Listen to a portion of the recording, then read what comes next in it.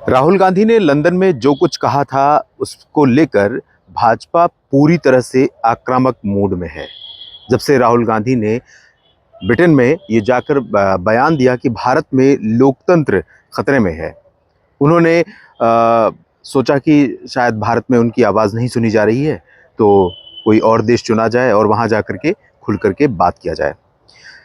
पहला सवाल मेरा ये है, मैं राहुल गांधी को सही या गलत नहीं ठहराने की कोशिश कर रहा हूँ। पहला पहला सवाल मेरा ये है कि उस ब्रिटेन की मंच से भारत के लोकतंत्र पर सवाल उठाया जाना कितना उचित है, जिसने भारत को लगभग 200 सालों तक रौंदा है, जिसने भारत के लोगों के आत्मसम्मान को कुचला है, लोगों को कुचला है।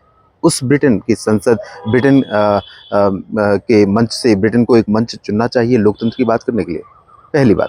दूसरा मुद्दा ये है कि आज राहुल गांधी ने प्रेस कॉन्फ्रेंस की। प्रेस कॉन्फ्रेंस में उन्होंने संवाददाताओं से बातचीत नहीं की, प्रेस रिपोर्टर से बातचीत नहीं की, सिर्फ उन्होंने अपनी बात कही और वो उसके बाद उठकर चले गए।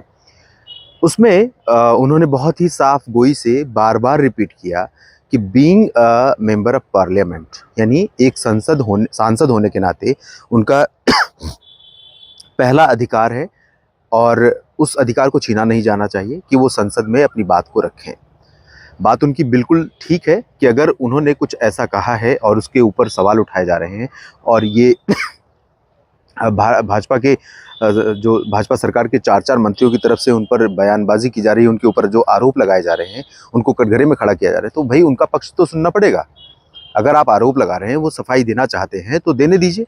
वो सफाई देने के लिए तैयार हैं। तो भाजपा खुद, जो कि ये कहती है कि विपक्षी दलों की वजह से, विपक्षी दलों की शोर-शराबे और हंगामे के चलते कई बार सदन की कार्यवाही नहीं हो पाती और प्रधानमंत्री नरेंद्र मोदी जब से सत्ता में आए, इस बात पर उन्होंने ज़ोर दिया कि हर एक ज़िम्मेदार सांसद सदन में मौजूद रहे, हर एक मंत्री सदन में मौजूद रहे और सदन की कार्यवाही, यानी लोकसभा और राज्यसभा की कार्यवाही पूरी तरह से सुचारू ढंग से चले और जो काम सूचीबद्ध हैं उस दिन के लिए या सत्र के लिए, उसका उन कामों को निपटाया जाए और साथ में जो सवाल विपक्षी दलों की तरफ से उठाए जाएँ, उन पर भी जवाब दिया जाए।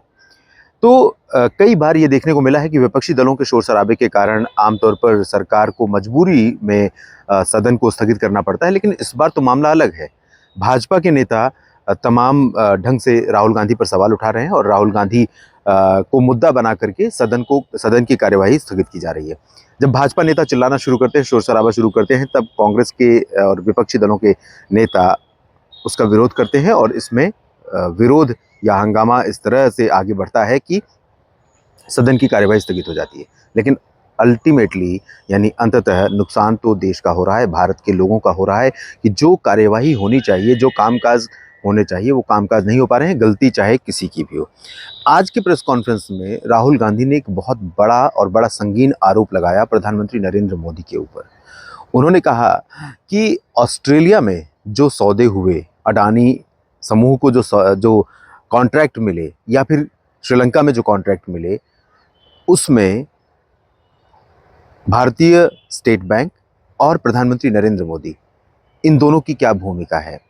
क्यों भारतीय स्टेट बैंक के चेयरमैन बैठते हैं उस मीटिंग में, जिसमें ऑस्ट्रेलियाई प्रधानमंत्री बैठते हैं और ऑस्ट्रेलिया की तरफ से लोग बैठते हैं और अडानी समूह का प्रतिनिधित्व होता है, प्रधानमंत्री बैठते हैं और वो कॉन्ट्रैक्ट अडानी को मिल जाता है। तो आखिरकार वो क्यों मिला? क्या क्या है कहानी मोदी और अडानी की? ये वो साफ करें। सरकार से वो ये इस पर स्पष्टीकरण चाहते हैं। और श्रीलंका की बात उन्होंने की। इस पर सरकार, अगर वाकई में सरकार की नीयत साफ है, तो सरकार को जवाब देना चाहिए। और दूसरी बात, अगर वो संसद में जवाब देना चाहते हैं ब्रिटेन में अपने बयानबाजी के ऊपर, तो उनको बयान देने से रोकना नहीं चाहिए सरकार को। ये उनका वास्तव में एक सांसद होने के नाते एक अधिकार है। और दूसरी बात, मैं एक सवाल आपके लिए छोड़ता हूँ और आप भी इस पर सोचिएगा। वो बार-बार ये कह रहे थे कि श्रीलंका में कैसे अडानी को कॉन्ट्रैक्ट मिलता है, ऑस्ट्रेलिया में कैसे मिलता है या दुनिया के बाकी देशों में कैसे मिलता है, उसमें सरकार की क्या भूमिका होती है।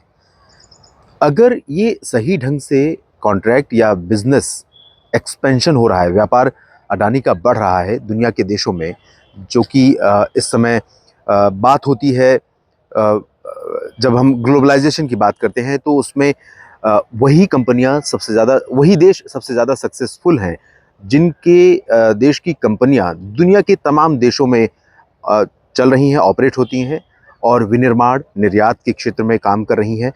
तो ऐसे में अगर अडानी या टाटा समूह या अंबानी समूह की कंपनियों का विस्तार दुनिया के बड़े देशों में हो रहा है या छोटे-छोटे देशों में हो रहा है जहाँ पर अवसर मौजूद हैं, तो क्या इसमें कोई बुराई है? क्या अडानी को कॉन्ट्रैक्ट नहीं मिलना चाहिए? क्या अडानी का व्यापार अगर बढ़ता है तो उसमें देश का नुकसान है?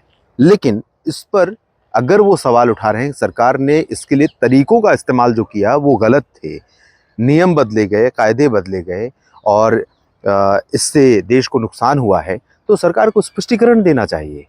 आम लोगों को अंधेरे में 2 राजनेता या 2 राजनीतिक दल कब तक रखेंगे और कब तक आम लोगों को इस तरह से नुकसान पहुंचाते रहेंगे?